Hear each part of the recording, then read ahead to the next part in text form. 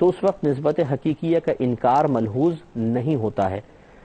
اسی طریقے سے ابھی جو نبی کریم صلی اللہ علیہ وسلم کی انگلیوں سے چشمے جاری ہوئے ہیں اور صحابہ کرام نے پیا، یہ پانی کون پلا رہا ہے؟ حقیقتاً اللہ تبارک و تعالی، لیکن وسیلہ کون بن رہے ہیں؟ نبی کریم صلی اللہ علیہ وسلم، ذریعہ اور سبب آپ بن رہے ہیں۔ تو ابھی ہماری بات ہوئی کہ چاہے نسبت حقیقت کی طرف کریں، حقیقی نسبت ہو یا مجازی، دونوں جائز ہیں۔ تو ہم یہ کہہ سکتے ہیں کہ صحابہ کو اللہ نے کھلایا پلایا، اور یہ بھی کہہ سکتے ہیں کہ نبی کریم صلی اللہ علیہ وسلم نے کھلایا پلایا۔ دونوں نسبتیں جائز ہیں بشرطے کہ صحیح عقیدے کے ساتھ ہو، تو اس میں کوئی حرج نہیں ہے۔ اسی لیے اس قسم کے اشعار کے سرکار کھلاتے ہیں، سرکار پلاتے ہیں، سلطان و گدا سب کو سرکار نبھاتے ہیں، ان میں بدگمانی نہ پیدا کی جائے کہ شاید شعر بیان کرنے والا معاذ اللہ ثم معاذ اللہ یہ کہنا چاہتا ہے کہ اللہ نہیں کھلاتا بلکہ رسول کھلاتے ہیں، اللہ نہیں پلاتا رسول پلاتے ہیں۔ یہ ہے ہی نہیں۔ میں نے کہا نا کہ نسبت حقیقیہ کا انکار مقصود نہیں ہوتا، بس نسبت مجازیہ کا اقرار ضرور ہوتا ہے، اور اس کے بھی ہم قائل ہوتے ہیں، نسبت اس طرف کر رہے ہوتے ہیں۔ تو یہ سرکار کھلاتے ہیں، سرکار پلاتے ہیں، کیا مطلب؟ یعنی حقیقی طور پہ اللہ کھلاتا پلاتا ہے، لیکن سرکار اس کا وسیلہ بن جاتے ہیں۔ جیسے کھانا بڑھانے کے سینکڑوں واقعات اس میں بھی آئیں گے انشاءاللہ بخاری میں آگے، اور پانی بڑھانے کے واقعات آتے رہے ہوتے رہے ہیں۔ تو اس کا مطلب یہ ہوا کہ نبی کریم صلی اللہ علیہ وسلم کی طرف منسوب کرتے ہوئے کہہ سکتے ہیں کہ آپ لوگوں کو کھلاتے ہیں، آپ نے کھلایا ہے، آپ نے پلایا ہے، آپ نے صحابہ کو پانی عطا فرمایا، آپ نے کھانا عطا فرمایا۔ تو اس میں کوئی حرج نہیں ہے کہ نسبت مجازیہ ہے۔ اگلی حدیث کی طرف آتے ہیں۔ اب یہ جو ہم نے حدیث آپ کی خدمت میں بیان کی تھی کہ 169 تھی، اس کے بعد ایک اور باب امام بخاری رحمۃ اللہ علیہ نے قائم کیا، لیکن اس کے تحت کوئی حدیث لے کر نہیں آئے ہیں۔ اس میں یہ باب ہے باب الماء الذی یغسل بہ شعر الانسان، جس پانی سے انسان کا بال دھویا گیا اس کا باب، یعنی اس کا کیا شرع حکم ہے، اس کا باب ہے۔ اور اس میں ایک حضرت عطا کے حوالے سے انہوں نے ایک قول نقل کیا ہے، اور عطا کے نزدیک اس میں کوئی حرج نہیں تھا کہ انسان کے بالوں سے دھاگے اور رسیاں بنائی جائیں۔ تو یہ ایک بس قول ڈالا ہے، اس میں باقی نہیں ہے۔ تو اس سے معلوم یہ ہوا کہ نتیجہ بیان کرنا مقصود ہے کہ انسانی بال پاک ہوتا ہے۔ اگر ٹوٹ جائے انسان کا بال اور پانی کے اندر گر جائے تو اس سے کوئی فرق نہیں پڑتا ہے، کیونکہ انسان کے بال سے انتفاع کا حضرت عطا قول بیان فرما رہے ہیں۔ تو لہذا معلوم ہوا کہ اگر جیسے ہم غسل کر رہے ہوتے ہیں اور ہمارا بال ٹوٹ کے پانی میں گر جائے تو اس سے کوئی پانی ناپاک وغیرہ نہیں ہوتا ہے۔ اگلے باب کی طرف آتے ہیں۔ اس کا باب قائم کیا ہے کہ سور الکلابی و ممرھا فی المسجد، کتوں کا جھوٹا اور ان کا مسجد میں گزرنا۔ انشاءاللہ اس پر ہم کلام کریں گے اپنے نیکسٹ پروگرام میں، اور تفصیلی کلام ہوگا۔ اللہ تعالیٰ سے دعا ہے کہ اللہ تعالیٰ ہمیں اسے بھی دیکھنے کی توفیق عطا فرمائے۔ آمین۔ وآخر دعوانا ان الحمد للہ رب العالمین۔